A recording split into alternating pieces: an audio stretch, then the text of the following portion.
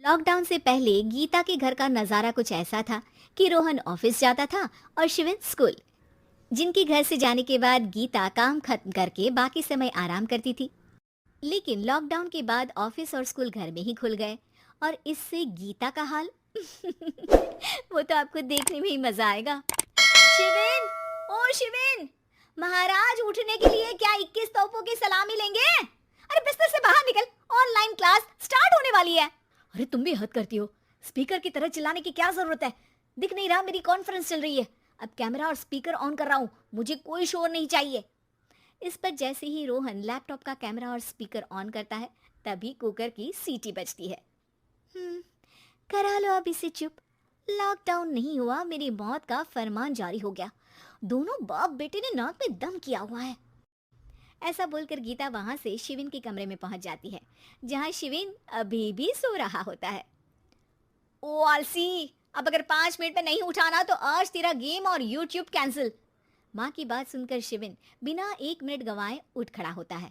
उठ गया उठ गया, अभी नहाकर भी आता हूँ। ये नाटक कहीं और, मुंह पर गीला कपड़ा मार और पढ़ने बैठ। शिविन की ऑनलाइन क्लास स्टार्ट हो जाती है, जिस पर गीता उसे वहां बिठाकर रसोई में चली जाती है। थोड़ी देर में उसे कमरे से कुछ आवाज सुनाई देती है, जिसे सुनकर वो कमरे में वापस आती है। हाय राम, तुझे क्लास अटेंड करने के लिए बोला था, कैमरा ऑफ करके बिस्तर पर नाचने के लिए नहीं बोला था। मम्मी मुझे कुछ समझ नहीं आ रहा। आप बाद में पढ़ा देना ना, वैसे भी अटेंडेंस तो लगी गई है। हाँ हाँ बेटा, जरूर बन जा। तू अभी से हम सबका बाप बन जा।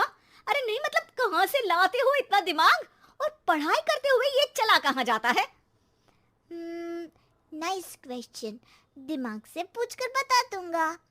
शिविन की बातों से परेशान होकर गीता उसे मारने के लिए जैसे ही आगे बढ़ती है तभी वो कमरे से बाहर भाग जाता है।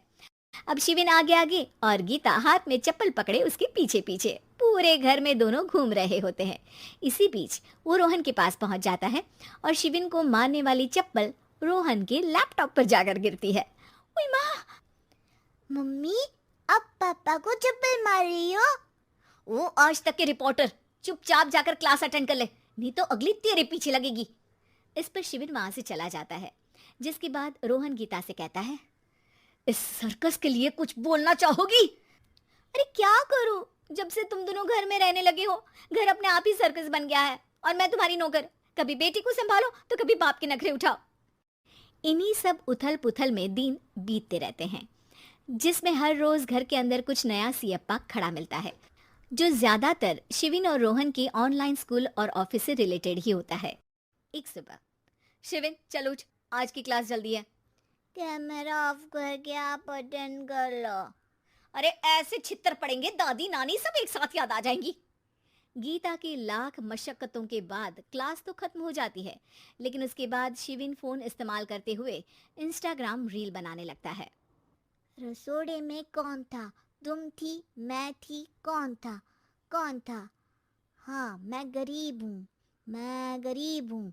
अरे ओ गरीब के बेटे, आजा, मैं बनाती हूँ तुझे गरीब। मैं बताती हूँ रसोड़े में कौन था। पढ़ाई करने बोलो तो इनकी माँ मर जाती है, और ये पागलपंतियाँ जितनी मर्जी करा लो। गीता शिविन को डांट रही होती है, तभी रोहन बीच में बोल पड़ता है। अरे बच्चा ही तो है, इतना गुस्सा क्यों कर रही हो? बेटे का साथ देने की इसी एक कोशिश में अब शिविन के साथ साथ रोहन भी गीता के गुस्से की सूली पर चढ़ जाता है। अगर बेटे पर इतना ही प्यार आ रहा है तो इसे क्लास अटेंड क्यों नहीं कराते, इसका होमवर्क क्यों नहीं कराते?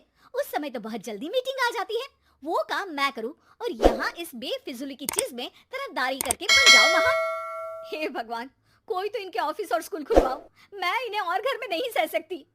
अरे कुछ और मांग लेती, क्योंकि तुम्हारी ये विश इस साल तो पूरी होने से रही, कोरोना। हाय नास पिटे ने जिंदगी ही बर्बाद कर दी। खाए कोई पचाए कोई, कल मुझे चुन चुन कर सबको मेरी बद्दुआ लगेगी। उन्होंने दुनिया का और इन बाप बेटे दोनों ने मेरा जीना मुश्किल कर दिया। गीता वहां से चली जाती है, जिसके बाद रोहन शिविन से कहता है, अरे तुम्हारी मम्मी इतनी भड़की हुई क्यों है? आपकी वजह से पूरा समय घर में रहते हो और उस पर कोई काम कराने की जगह बस ऑर्डर देते रहते हो। अच्छा बेटे, सारा इल्जाम मुझ पर, पूरा दिन तो वो तुम पर ही चिल्लाती है। हाँ, मतलब दोनों का 50-50 है, कुछ करना पड़ेगा। वो कहते ना, make the best out of worst. I have an idea. वैसे तुम्हारी माँ सही कहती है, बहुत जुबान चलाने लगे हो, कम बोला करो। अगली सुबह रोहन और शिविन अपनी गलती को सुधारने के लिए गीता के उठने से पहले घर का आधा काम खत्म कर देते हैं, जिसे देखकर गीता खुश हो जाती है और फिर बाकी बचा काम वो तीनों मिलकर पूरा कर लेते हैं। जिसके बाद अब वो सब मिल बांट कर हर काम में एक दूसरे की मदद करते हुए लॉकडाउन का मजा लेने लगते हैं।